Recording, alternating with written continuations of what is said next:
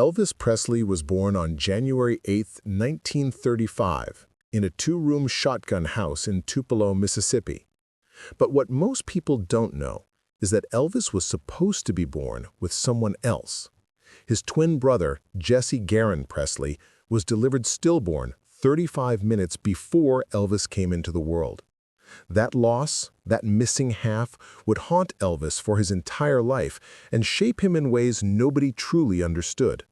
The guilt he carried, the conversations he had with his dead brother, and the belief that he was living for two people, all of it stemmed from that January morning when one twin lived and one twin died.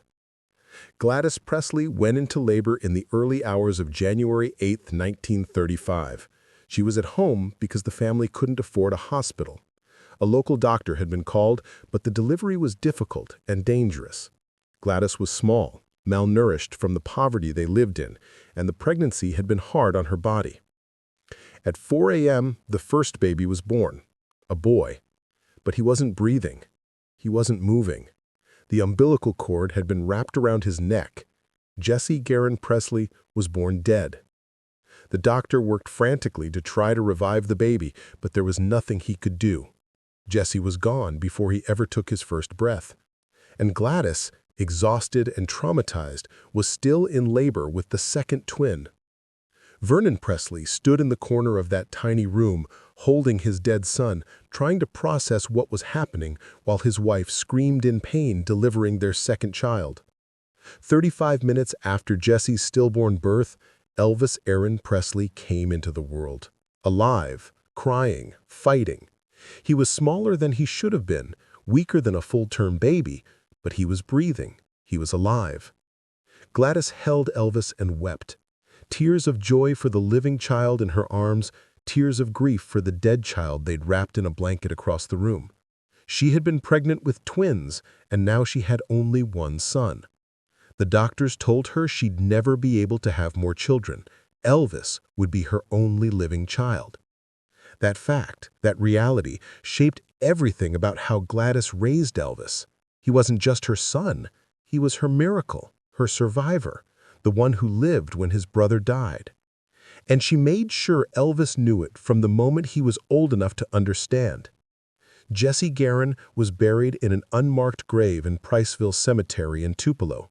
The family was too poor to afford a headstone. There was a simple grave, a small plot of earth, and that was all. Years later, a flood would wash away many of the markers in that cemetery, and Jesse's exact burial location would be lost forever. But Jesse was never lost to Elvis.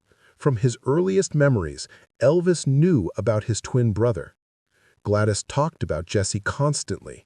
She told Elvis that he had a guardian angel watching over him, that Jesse was in heaven looking down, protecting him, guiding him. "You're special, Elvis," Gladys would say. "God took your brother so you could have both your souls. You're living for two people, baby. You've got to make both your lives count." That was a heavy burden to put on a child. The belief that you survived at the cost of your twin's life, that you carried not just your own soul, but your brother's too, that everything you did had to be enough for two people. Elvis internalized it completely. As he grew up, he talked to Jesse, out loud when he was alone, in his head when others were around. He'd tell his dead twin brother about his day, about his dreams, about his fears. "Jesse and I talk all the time," Elvis told a close friend when he was a teenager.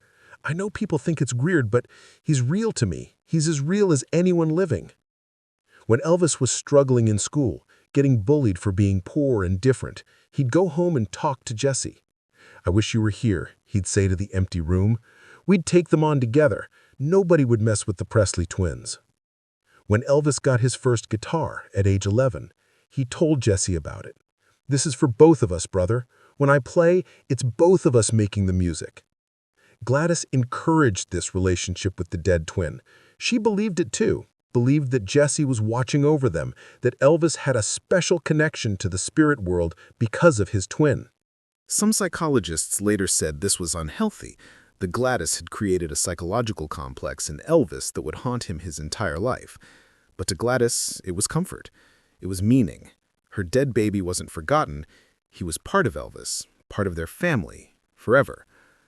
When Elvis started performing, when he first felt that electricity of connecting with an audience, he attributed it to Jesse. "It's not just me up there," he told his mother after one of his early shows. "It's both of us. Jesse's there with me. I can feel him." That belief, that feeling of being inhabited by his twin spirit, gave Elvis a kind of fearlessness on stage. He wasn't performing alone. He had his brother with him, giving him strength, sharing in the experience.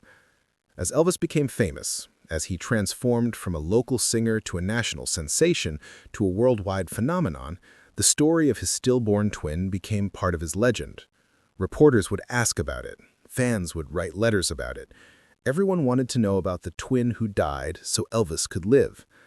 And Elvis always talked about Jesse with reverence and pain. "Not a day goes by that I don't think about him," Elvis said in a 1956 interview. "I wonder what he would have looked like, what he would have sounded like. Would we have been identical? Would we have done this together? Would I even be here doing this if he had lived?" That last question haunted Elvis.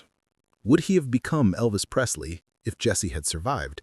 Or was his success somehow tied to that tragedy, to the guilt and the drive and the belief that he had to live big enough for two people? In 1957, after his mother's urging, Elvis returned to Tupelo and tried to find Jesse's grave. He went to Priceville Cemetery with his parents, searching for the unmarked plot where his twin had been buried 22 years earlier. They couldn't find it. The floods had rearranged the cemetery. Markers were gone. The church records were incomplete. Jesse's exact burial location was lost. Elvis broke down. He stood in that cemetery, this young superstar at the peak of his fame, crying for a brother he never knew, a grave he couldn't find, a loss that had shaped his entire existence. "I just wanted to tell him," Elvis said through his tears. "I wanted him to know I made it. I wanted him to know I didn't waste the life I got to live." Gladys held her son and cried with him. "He knows, baby. Jesse knows. He's been with you every step of the way." Vernon, more practical and less spiritual than his wife, watched his son mourn a brother who died before Elvis could remember him and wondered if they'd done the right thing, constantly reminding Elvis about Jesse. But it was too late.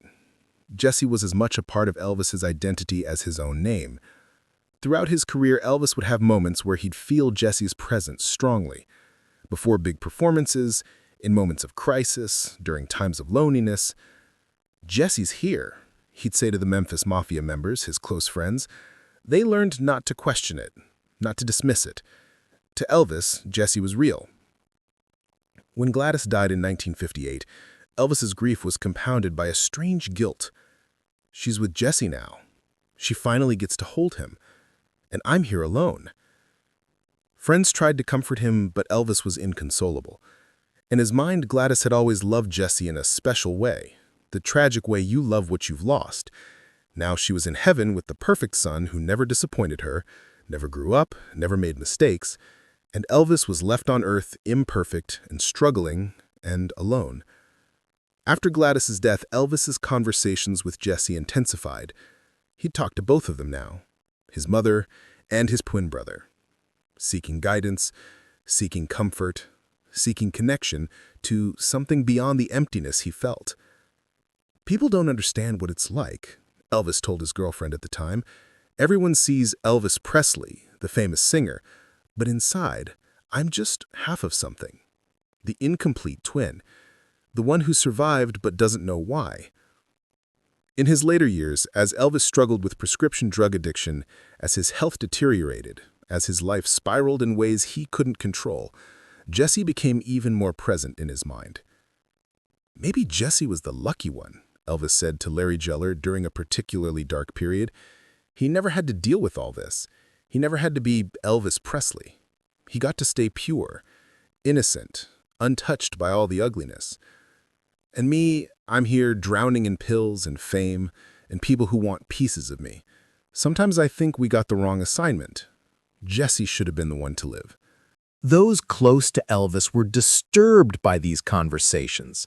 The darkness in them, the death wish implicit in Elvis's obsession with his dead twin. They worried he was romanticizing death, seeing it as a reunion with Jesse and Gladys rather than an end. Dr. Nick, Elvis's physician, tried to get him to talk to a psychiatrist about his twin obsession. "Elvis, this survivor's guilt you carry, it's eating you alive. You need to process it with someone qualified." "You think I'm crazy?" Elvis said. "I think you're carrying a burden that no one should have to carry. The guilt of surviving when your twin didn't, that's heavy. And your mother, bless her heart, she made it heavier by telling you that you were living for both of you." "I am living for both of us," Elvis insisted. "Everything I've done, every song I've sung, every person I've touched with my music, that's for Jesse too. That's his legacy as much as mine." In June 1977, just 2 months before his death, Elvis visited Tupelo one last time. He went back to Priceville Cemetery, back to the section where Jesse was buried somewhere beneath the earth. He couldn't find the exact spot. Nobody could. But Elvis stood there anyway, in the general area where his twin brother lay, and had a final conversation. "Hey, Jesse, it's me. I know it's been a while since I came here. I've been busy, you know how it is. Or maybe you don't.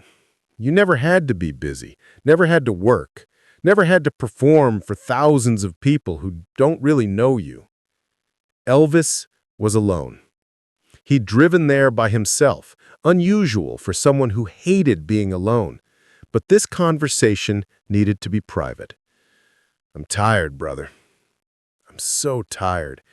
And I've been thinking lately that maybe it's almost time. Time for me to come be with you and Mama. Would you like that? Would you finally want to meet me face to face?" Elvis sat down on the ground, not caring that his expensive clothes were getting dirty. "People say I've wasted my life, that I had everything and threw it away. Pills and bad choices and not taking care of myself. Maybe they're right. Or maybe I've just done what I was supposed to do. Lived big enough for both of us. Made enough music for 2 lifetimes. Loved enough and heard enough and felt enough for 2 people." He was crying now, tears streaming down his face. "I hope I made you proud, Jesse. I hope when I get there, when we finally meet, you'll think I did a good job with the life I got to live. Because everything I did, every single thing, was for both of us." Elvis stayed there for over an hour, talking to the brother he never knew, saying goodbye to the person who'd been with him his entire life, even though they'd never met. 2 months later, on August 16, 1977, Elvis Presley died at Graceland. He was 42 years old. When his body was discovered, those closest to him said there was a strange peace on his face, like he'd finally found something he'd been searching for his entire life. At Elvis's funeral, someone placed a small memorial marker for Jesse Garon Presley next to Elvis's elaborate grave. The twin who died at birth finally got recognition, finally got remembered publicly. And the brothers, separated by 42 years and vastly different life experiences, were together at last. Lisa Marie, just 9 years old at her father's funeral, asked her grandmother, "Is Daddy with Uncle Jesse now?" "Yes, baby," Priscilla said, not sure what else to say. "Good," Lisa Marie said. "Daddy always said he felt like half a person. Maybe now he's whole." Years later, researchers and psychologists have studied Elvis's relationship with his dead twin. Some say it was the source of his greatness, the wound that drove him to achieve so much. Others say it was the source of his destruction, the guilt that ultimately contributed to his early death. But those who knew Elvis best say it was simply part of who he was. You couldn't separate Elvis Presley from Jesse Garon Presley. They were 2 halves of one story, one life lived and one life lost, forever intertwined. Elvis never got over being the twin who survived. It gave him his drive, his connection to something beyond the physical world, his belief that he was meant for something special. But it also gave him his darkness, his loneliness, his feeling that he was incomplete no matter what he accomplished. The story of Elvis and Jesse, the twin who lived and the twin who died, is one of the most tragic and profound elements of Elvis Presley's life. It shaped his relationship with his mother, his spiritual beliefs, his sense of purpose, and ultimately his acceptance of his own mortality. Elvis spent 42 years living for two people, carrying his dead brother with him through every triumph and every tragedy. And when he finally died, those who loved him believed he'd finally found what he'd been searching for his whole life, the other half of himself, waiting for him on the other side. If this heartbreaking story of Elvis and his twin brother Jesse moved you, make sure to subscribe and hit that like button. Share this with someone who needs to understand the hidden pain behind even the greatest legends. Have you ever carried survivor's guilt or felt like you were living for someone else? Let us know in the comments. Don't forget to ring that notification bell for more untold Elvis Presley stories that reveal the man behind the legend.